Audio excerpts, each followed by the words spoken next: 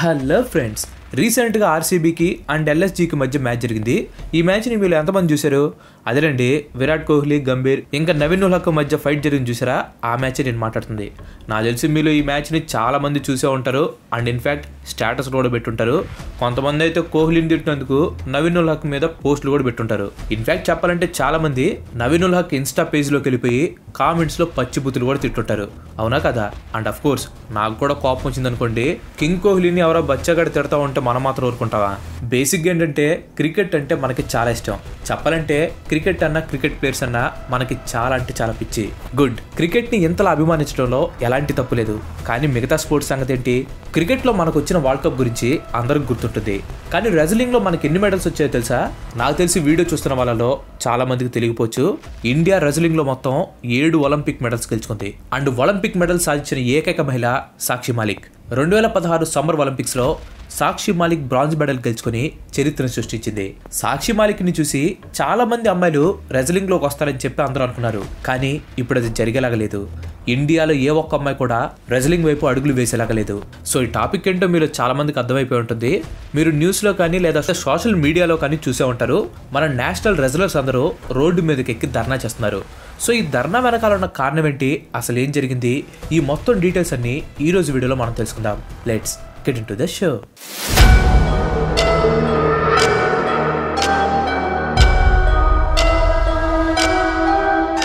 Story 2023 జనవరిలో start అయింది. వినేష్ పోగట్, అదేనండి గీతా పోగట్ అండ్ బబితా పోగట్ మీకు తెలుసు కదా. మీరు కనుక దంగల్ మూవీ చూస్తుంటే ఈజీగా కనెక్ట్ అయిపోతారు. సో ఈ వినేష్ పోగట్ అనే ఆమె వీళ్ళిద్దరికి కజిన్ అవుతుందన్నమాట. అండ్ ఈమె కూడా మంచి రెజ్లర్. కామన్వెల్త్ గేమ్ లో అండ్ ఏషియన్ గేమ్ లో ఈమె 2 గోల్డ్ మెడల్స్ ని సాధించింది. సో మ్యాటర్ ఏంటంటే జనవరిలో వినేష్ పోగట్ కి కొంతమంది యంగ్ ఫీమేల్ రెజ్లర్స్ కాల్ చేశారంట. అండ్ వీళ్ళు ఆమెకి ఏం చెప్పారంటే లక్నోలో జరగబోతున్న నేషనల్ రెజ్లింగ్ క్యాంప్ లో అమ్మాయిలకి ఎలాంటి సేఫ్టీ లేదని, అక్కడ అమ్మాయిలు అస్సలు ఉండలేదని చెప్పి ఆమెకు కంప్లైంట్ చేశారు. అంతేకాదు wrestling federation of India president అయిన బ్రిజ్ భూషణ్ తమని లైంగికంగా వేధిస్తున్నాడని చెప్పి కొంతమంది అమ్మాయిలు కంప్లైంట్ కూడా చేశారు.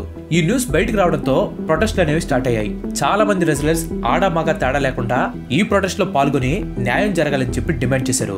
ఈ కాంట్రవర్సీ బయటకు రావడంతో ఇండియన్ స్పోర్ట్స్ మినిస్టర్ లక్నోలో జరగాల్సిన నేషనల్ రెజ్లింగ్ క్యాంప్ ని క్యాన్సిల్ కూడా చేశారు. అండ్ ఈ ప్రొటెస్ట్ గురించి న్యూస్ మెల్లిమెల్లిగా దేశం మొత్తం పాకటం స్టార్ట్ అయింది. అండ్ మెల్లిగా ఇంకొంతమంది ఫీమేల్ రెజ్లర్స్ వచ్చి వాళ్ళకి జరిగిన ఇన్సిడెంట్స్ కూడా వాళ్ళు షేర్ చేసుకోవడం స్టార్ట్ చేశారు. వినేష్ పోగట్ చెప్పిన దాని ప్రకారం ముందు 2-3 అమ్మాయిలు ప్రూఫ్స్ తో సహా తమకు జరిగిన దాడుల్ని ప్రూవ్ చేయడానికి చెప్పి ముందుకొచ్చారు. అండ్ ఆ తర్వాత 2-3 కాస్త 5-6గా మారారు. అండ్ అంతేకాకుండా కేరళ, మహారాష్ట్ర నుంచి కూడా అమ్మాయిలు ఫోన్లు చేసి తమకు కూడా ఇలాంటివి జరిగాయని చెప్పి కంప్లైంట్ చేయడం స్టార్ట్ చేశారు. దీంతో sports minister Anurag Thakur and Indian Olympic association president PT Usha ఈ రెజ్లర్స్ ను కలిసి ఇన్వెస్టిగేషన్ జరిపించి వాళ్ళకి న్యాయం చేస్తామని చెప్పి మాటిచ్చారు.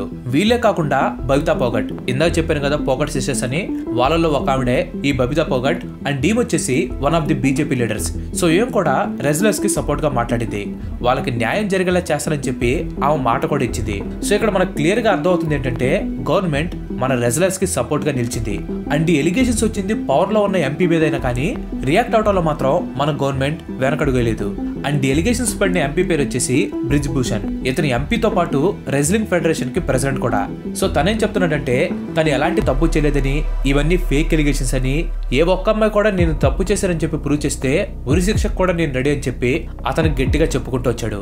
అండ్ అంతేకాకుండా రెజ్లర్స్ ఈ ధర్నాలు చేయడానికి కారణం రెజ్లింగ్ ఫెడరేషన్ లో ఉన్న కొత్త రూల్స్ అని, అండ్ ఆ రూల్స్ నచ్చక వీళ్ళు ఫ్రస్ట్రేషన్ తో ఇలాంటి ప్రొటెస్టులు చేస్తారని చెప్పి ఆయన చెప్పుకొచ్చాడు.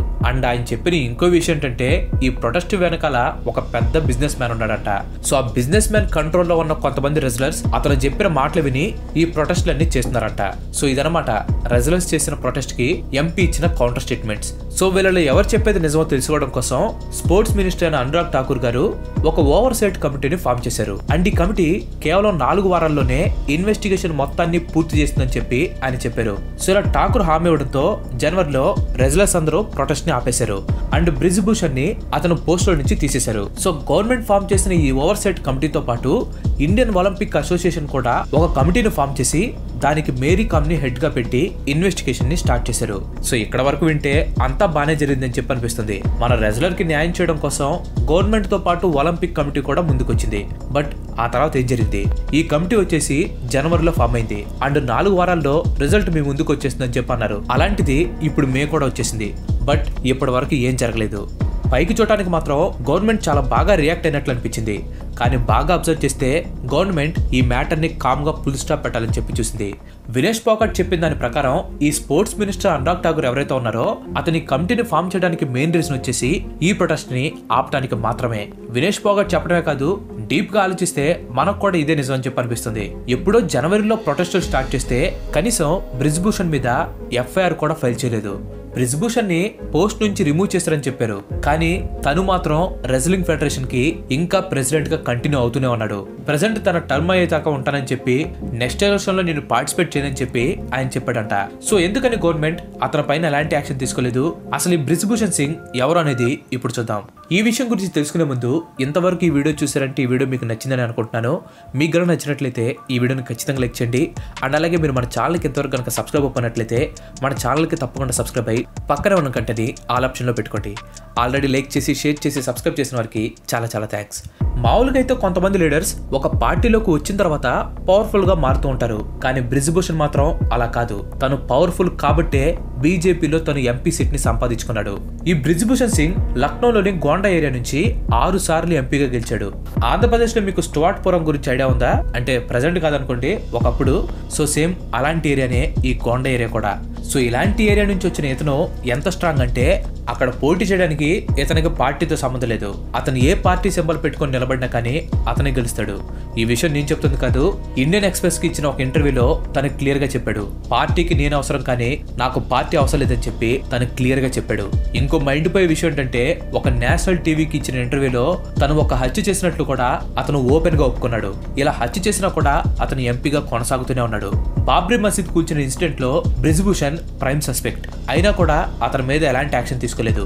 ఇవే కాకుండా అతని మీద చాలా అంటే చాలా ఎలిగేషన్స్ ఉన్నాయి. ఇన్ని ఎలిగేషన్స్ ఉన్నా కానీ 2011 నుంచి ఇప్పటి వరకు తను back to back wrestling federation లో విన్ అయి ప్రెసిడెంట్ గా కొనసాగుతూ వచ్చాడు. రెజ్లింగ్ ఫెడరేషన్ లో ఇతను ఏది చెప్తే అది జరగాలి. రెజ్లర్స్ కోసం పంపే ఫండ్స్ లో కూడా ఇతను సగం నొక్కేసేవాడు. అండ్ ఇది నేను చెప్పట్లేదు, former wrestler, Olympic coach and Dronacharya award గ్రహీతైన మహావీర్ సింగ్ పోగట్ గారు చేసిన ఆరోపణలు. అయోధ్య టెంపుల్ మూవ్మెంట్ లో కీలక పాత్ర పోషించిన ఈ బ్రిజ్భూషణ్ కి బీజేపీలో వేరే ఏ ఎంపీకి లేనంత పవర్ ఉంది. 1996 లో అండర్ వరల్డ్ డాన్ అయిన దావుద్ ఇబ్రహీం కి ఇతను షెల్టర్ ఇచ్చిన ఆరోపణలు కూడా ఉన్నాయి. అండ్ ఈ ఆరోపణలు బేస్ చేసుకుని టీఐడిఏ యాక్ట్ లో తను జైలుకు కూడా వెళ్ళొచ్చాడు. సో ఇంత పవర్ఫుల్ అండ్ బ్యాక్గ్రౌండ్ ఉన్న పొలిటీషియన్ మీద మన రెజ్లర్స్ యుద్ధానికి దిగారు. ఆ యుద్ధంలో ముందు గవర్నమెంట్ సపోర్ట్ చేసినా కానీ అది జస్ట్ పేరుకు మాత్రమే అని చెప్పి రెజ్లర్స్ కూడా అర్థమైపోయింది. దీంతో ఏప్రిల్ 23వ తారీఖున రెజ్లర్స్ అందరూ కలిసి ఢిల్లీలోని జంతర్ మంతర్ దగ్గర ప్రొటెస్ట్ చేయడం స్టార్ట్ చేశారు. ఢిల్లీ పోలీస్ బ్రిజ్భూషణ్ మీద ఎఫ్ఐఆర్ ఫైల్ చేయకపోవడంతో రెజ్లర్స్ సుప్రీం కోర్టుకు వెళ్లారు. అండ్ ఫైనల్ గా సుప్రీం కోర్టు ఆర్డర్ చేయడంతో పోలీసులు బ్రిజ్భూషణ్ మీద ఎఫ్ఐఆర్ ని ఫైల్ చేశారు. అండ్ ఈ ఫైల్ చేసిన ఎఫ్ఐఆర్ లో పోస్కో యాక్ట్ కూడా ఉంది. అండ్ డి యాక్ట్ కింద కనుక అరెస్ట్ చేస్తే వాళ్ళకు బెయిల్ కూడా ఉండదు. సో మొత్తానికి రెజ్లర్స్ అయితే బ్రిజ్భూషణ్ కటకటాల వెనకాలకు వెళ్లేదాకా వాళ్ళ ప్రొటెస్ట్ ని ఇలాగే కంటిన్యూ చేస్తామని చెప్పి గట్టిగా చెప్పేశారు. సో మొత్తానికి అంతా అయిపోయింది, హ్యాపీ ఎండింగ్ అని చెప్పి అనుకోవచ్చు. కానీ కాదు, అసలు ఈ ప్రొటెస్ట్ చేయడం వెనకాల ఎంత కష్టం ఉందో ఎవరికీ చూపించలేదు. ఈ ప్రొటెస్ట్ ని జరిపించడానికి ఏప్రిల్ 23 నుంచి ఇప్పటి వరకు దాదాపుగా 6 లక్షల వరకు ఖర్చు అయింది. ఫుడ్, బెడ్, సౌండ్ సిస్టమ్ వీటన్నిటికీ ఖర్చులు మొత్తం రెజ్లర్సే పెట్టుకున్నారు. వినేష్ పోగట్, సాక్షి మాలిక్ అండ్ బజరంగ్ పూనియా వీళ్ళ ప్రొటెస్ట్ ని ముందుండి నడిపిస్తున్నారు. అండ్ ఇక్కడ అర్థం అని ఇంకో విషయం ఏంటంటే ఏ ఒక్క సెలబ్రిటీ కూడా వీళ్ళకి ఫైనాన్షియల్ గా కానీ పర్సనల్ గా కానీ సపోర్ట్ చేయలేదు. అఫ్ కోర్స్ సోనూ సూద్, వీరేంద్ర సెహ్వాగ్, కపిల్ దేవ్, పూజా భట్ ఇలాంటి వాళ్ళు సోషల్ మీడియాలో ట్వీట్ చేసి వాళ్ళ సపోర్ట్ ని తెలిపారు. కానీ ఇది సరిపోతుందో చెప్పండి?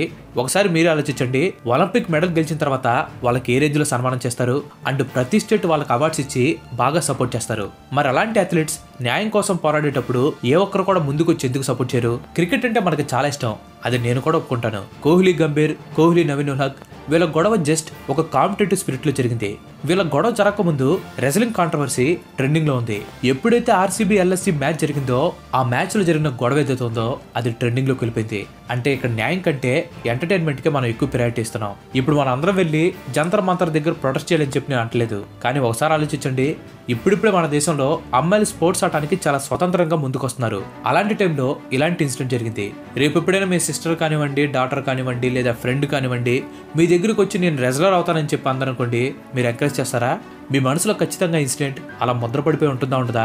అఫ్ కోర్స్ ఇలాంటి లైంగిక దాడులు కేవలం రెజ్లింగ్ లోనే కాదు, ఎక్కడైనా కూడా ఉంటాయి. కానీ ఈ కేసులో న్యాయం జరిగితే కదా మన ఫ్యూచర్ లో మన సిస్టర్ ని, డాటర్ ని అండ్ ఫ్రెండ్స్ ని స్పోర్ట్స్ లో కాకపోయినా ఏ ఫీల్డ్ అయినా సరే ఎంకరేజ్ చేసేది.